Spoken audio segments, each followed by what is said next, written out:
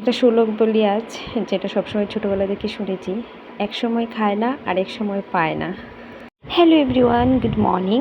আমি বিনা আবারও কিন্তু আজ ভোরবেলা ঘুম থেকে উঠে চলে এসেছি তোমাদের সাথে গল্প করব। আর ছোট্ট একটা মিনি ব্লগ তোমাদের সাথে শেয়ার করছি। আশা করছি সম্পূর্ণ ভিডিওটা দেখবে, সাথে থাকবে, ভালো লাগলে পেজটিকে ফলো করে দেবে।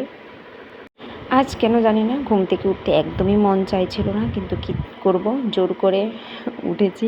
সেজন্য কাজ করতে ইচ্ছে করছিল না। তো ভাবলাম কি চলো একটু ছাদ থেকে হেঁটে আসলে চারদিকটা দেখবো, ভালো লাগবে। তো ছাদে গিয়ে তুলসী দেবীকে বৃন্দা দেবীকে প্রণাম করে চলে এসেছি। এখন এসে কাজে লেগে পড়েছি।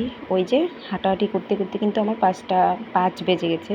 তো এখন এসে ঘর দৌড় সব পরিষ্কার করে মোছামাছি করে নিচ্ছি।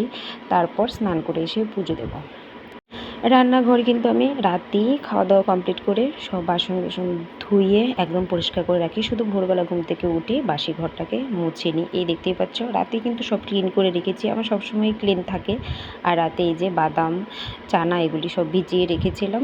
সুন্দর চানাগুলি গ্যাস বেরিয়েছে। এভাবে চানা খেতে কিন্তু খুব ভালো লাগে। তারপর দেখো স্নান করে চলে এসেছি সূর্য ঠাকুরকে জল অর্পণ করতে। সূর্যদেবকে জল অর্পণ করা হয়ে গেলে তারপর ছাদ থেকে যাওয়ার সময় তুলসী পাতা, ফুল এগুলি সব নিয়ে যাব। আজ একটু নতুন ফুল ফুটেছে, এই যে সাদাকণ্ঠ ফুটেছে। তো সেটাই এনে কিন্তু ঠাকুরকে পুজো দেওয়া, এখন আরতি করছি। এই তো আমার আরতি করাও শেষ। ভোগ দর্শন করে নাও তোমরা সবাই। রাধে রাধে। আর এখন আমি পুজো শেষে একটু গীতা পাঠ করে নেব, যেটা আমি রোজই করি। একদিন গীতা পাঠ না করলে আমার একদম ভালো লাগে না। তো প্রতিদিনই এক অধ্যায় পড়ি, কারণ অনেক অধ্যায়গুলি একটু বড় থাকে, সেজন্য 2 অধ্যায় পড়াটা হয় না, দেরি হয়ে যায়। সেজন্য এক অধ্যায় করে পাঠ করি। দেখো পুজো শেষ করি, কিন্তু আজ একটু লেট হয়ে গেছে, 7টা বেজে গেছে। ওই যে বললাম ভোরবেলা উঠে একটু ছাদে হাঁটাহাঁটি করেছি। একটু 5 মিনিট বসে থাকলেই সময় পুরো নষ্ট হয়ে যায়। তারপর সৃজাও উঠে গেছে, ও নিজের ড্রেসটা নিজেই পরে নেয়, আমি পরিয়ে দিলে আবার রেগে যায়।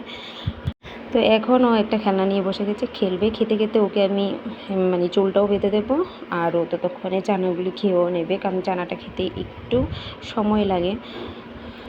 তো অনেক দিন পর কিন্তু আমি আবার ব্লগ দেওয়া স্টার্ট করেছি। জানি না কতদিন কন্টিনিউ করতে পারবো, সময়ের অভাবে আমি সবসময় ভিডিও পোস্ট করতে পারি না। কিন্তু আমার এই ভিডিওগুলি তোমাদের কেমন লাগে দেখতে অবশ্যই কমেন্ট করে জানাবে।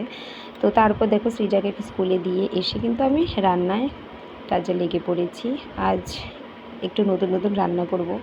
তো ডিম সেদ্ধ বসিয়ে দিয়েছি, আর এখানেই দেখো পান্তা ভাত আছে। অনেক দিন ধরে পান্তা ভাত খেতে আমার খুব ইচ্ছে করছে, কিন্তু রাতে আর ভাত থাকে না বলে খেতে পারি না। তো কাল রাতে সৃজা ভাত খায়নি, ইডলি করেছিলাম বলে ও ইডলি খেয়ে ঘুমিয়ে গেছে, আর ভাত খায়নি। তো আজকের এই ভিডিওটি কেমন লেগেছে অবশ্যই জানাবে। ধন্যবাদ।